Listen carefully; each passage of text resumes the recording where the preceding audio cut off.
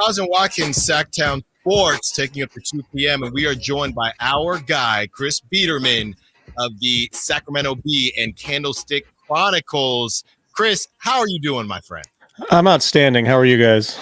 We're good. Great. We're good. We're calling it a bit of rivalry week with the Warriors in town tonight, and then the Niners headed over to Philly with that game that they have been waiting to play since the clock hit zero back in the playoffs. Let's just start here. What do you think is, I guess, obviously the Niners is the bigger game, but I guess I would argue standings wise, it's bigger for the Niners, but just mentally, how big is this game for the Kings going up against the Warriors?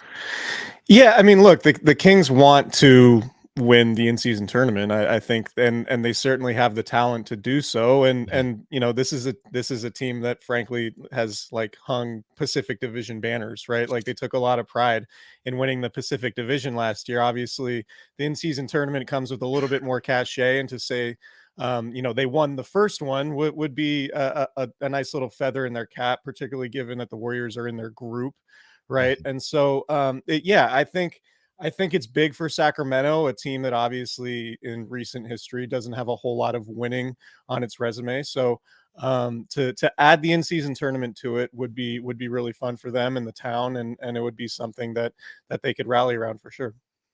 Chris, I saw that you dropped a piece this morning for the Bee about Malik Monk and his upcoming contract situation, and he's going to be a free agent at the end of this year. Just kind of without giving away too much from the piece, what do you kind of feel like Malik's vibe is heading into this season and just kind of dealing with the looming contract stuff this offseason?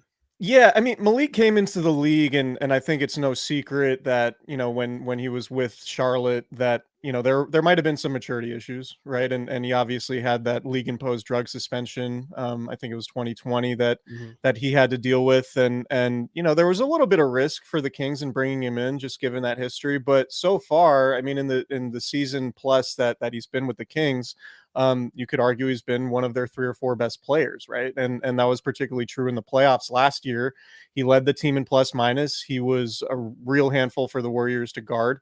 And he really helped step up while De'Aaron Fox is dealing with his finger injury. And I think you can make a pretty easy case that he was a lot better than Domantas Sabonis, the Kings all-star and now $40 million player in that playoff series. And you just look at his scoring, his assist numbers, where he's at relative to guys making considerably more than him this year, like Harrison Barnes and Kevin Huerter. Malik Monk, I think, is more valuable to the Kings right now than those guys. And he's making $9 million a year, almost 10. And those guys are making, you know, 15 and 17, 18 in that territory. So, you know, the Kings are going to be about, you know, at the $20 million area neighborhood below the luxury tax next year, depending on, you know, if Vivek Ranadive wants to dive into that. But they should have room to pay Malik Monk. But, you know, are there going to be other upgrades made along the way, right? Are the Kings going to be active at the trade deadline and maybe bring in some more expensive players? That changes that financial future. And how does that potentially impact bringing back Malik Monk, who, like we said, has been one of the Kings' most valuable players? So it's a really interesting subplot, you know, to the season. I think, you know, Malik Monk is the only regular rotation guy who's not signed beyond this year. So there are a lot of interesting variables at play for him. But I just thought it was notable given how good he's been for the Kings and relative to his salary when he's making so much less than guys like Kevin Huerter and Harrison Barnes. We're talking to Chris Biderman, Candlestick Chronicles, and the Sacramento Bee, covering the Niners and the Kings. Chris, what would you say about Keegan Murray? I know we talked about how the Kings want to win the in-season tournament, but he's doubtful today. Where is that line as far as how important this is? If Keegan isn't 100%, we know the Kings specifically last season did not always play 100%, but is it still, hey, we want to win the in-season tournament, but we're not going to play if you're not 100%. It's not a playoff game for the NBA title. Where would you say that line is? Yeah, that's tough without really knowing the specifics of Keegan's injury. Back injuries, of course, can be problematic, and it feels you can wake up fine one day and then you can sneeze and then it's worse than it was when you initially heard it, right? So we don't really know the exact severity of Keegan's injury. I would say it's notable that he was a full participant in practice yesterday. I know doubtful sounds like he's not going to play. But it wouldn't really surprise me if he did play, because you remember in the playoffs last year when De'Aaron Fox's injury news broke with his finger, the Kings said he was doubtful, and then Fox came over to the media about 5 minutes later and said, "Yeah, I'm playing." So, Right. but that was the playoffs, obviously. I honestly don't know. Like, I don't. I was in. I was in New Orleans when Keegan Murray got hurt, and asking around and trying to get as good of a feel as I could for the injury, and just wasn't getting any information, frankly. And the Kings are pretty mum on injury stuff, so I don't really have a great feel for his status. But I will say that it's notable that he was a full participant in practice yesterday, and if he does play, I think the more reps Keegan Murray can get in high leverage situations, the better it is for his development, right? Like, this is a guy the Kings are hoping can be one of their three best players going forward, along with the All Stars. And the emphasis with him will always be improved defensively, putting him on the opponent's best perimeter offensive player. I don't know if that's necessarily going to be Steph Curry. If he does play tonight, that would be a pretty tough ask, I would imagine, coming off the injury. But more ball handling responsibility, more distributing responsibility, rather than last year when he was mostly a spot up shooter, right? So it'll be interesting to see, but I wish I had a better answer in terms of my feel for his injury. But other than to say, as somebody who's getting up there in age and has dealt with back injuries too, I have no feel for. I mean, I have a feel for how finicky back injuries can be, but no feel Right. for Keegan's at the moment. Yeah. Chris, one more quickly on the Kings and Malik's situation as well. Something I continue to think about, I shouldn't say worry about yet, is Malik's role moving forward with this team if he is going to re-up here in Sacramento. Do you get any sense of what he would expect his role to be if he were to sign a 3 or 4 year extension here in Sacramento? More specifically, do you think he would ask to enter the starting role if he were to continue to be here in Sacramento? Just because I feel like he's been somebody who's kind of had to work his way back into the league, like you said, and has definitely proven himself in the given opportunities. I just wonder if he's kind of looking for that next step in his career as well. That's a good question. I haven't asked him about starting specifically, but I would say, like, my feel for Malik is that he's pretty happy with coming off the bench. I think what matters more to him, and I know Mike Brown has said this, it's not who starts the game, it's who finishes, right? And Malik was very clearly a guy who had to be on the floor in crunch time during the playoff series last year against the Warriors. So that is probably the more important thing. And you've seen guys get paid pretty considerable amounts coming off the bench. So, I'm not equating Malik to Manu Ginobili, but like, Manu Ginobili had a pretty nice career, won some championships as a guy who wasn't a regular in the starting lineup, but did play a hell of a lot of crunch time minutes for San Antonio. So maybe that's, that would be the message that Mike Brown might impart to Malik if that conversation ever did come up.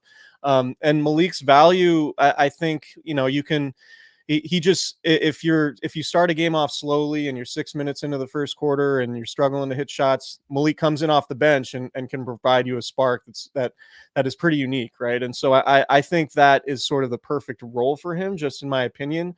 I would imagine Mike Brown agrees with that sentiment. But whether or not, if they end up paying Malik 15, 16, 17 million dollars a year on his next contract, would he enter the starting lineup? I don't necessarily know. I guess it would depend on what the rest of the roster looks like and if Kevin Huerter is still here. But I would say that, Malik seems content on coming off the bench, or with coming off the bench, as long as, he's a guy who's contributing in key moments of the game, and particularly in playoff series. And I think that would be fine with him. Talking to Chris Biderman of the Candlestick Chronicles and the Sacramento Bee. Chris, switching over to the 49ers and the Eagles. Niners open up as small favorites in Philadelphia. What do you make of that and the matchup with the Eagles, who you have a team in the Niners who steamroll teams and can't win the gritty wins or the gritty games, and then you have the Eagles who don't steamroll teams even though they're supposed to be better. I don't think they ever cover the spread, but they seem to just win football games. What do you think about that matchup? Yeah, so I did a little bit of numbers crunching this morning. The Niners are 1-2 in one-score games, and the Eagles are 7-1 in one-score games. But the thing is, the Niners' average margin of victory is over 20 points a game. So, like, it's kind of it's weird. The NFL season is generally filled with small sample size theater, right? But you remember last year's Minnesota Vikings, and I know Chris does, with where they were at in one-score games, and obviously, you know, the Eagles have a lot more equity in my mind, given that they went to the Super Bowl last year. But I think there could be a similar dynamic at play where your record in one-score games can be a little bit fluky, right, from time to time. So I think there's a feeling that, you know, the Eagles might have gotten a little bit of lucky. Might have gotten a little bit lucky in some of these games, but this is also a team that's won a ton of games over the last couple of years and went to the Super Bowl, so they have proven they know how to win, for whatever that's worth. And the tush push is a huge advantage, and obviously short yardage situations and goal line situations.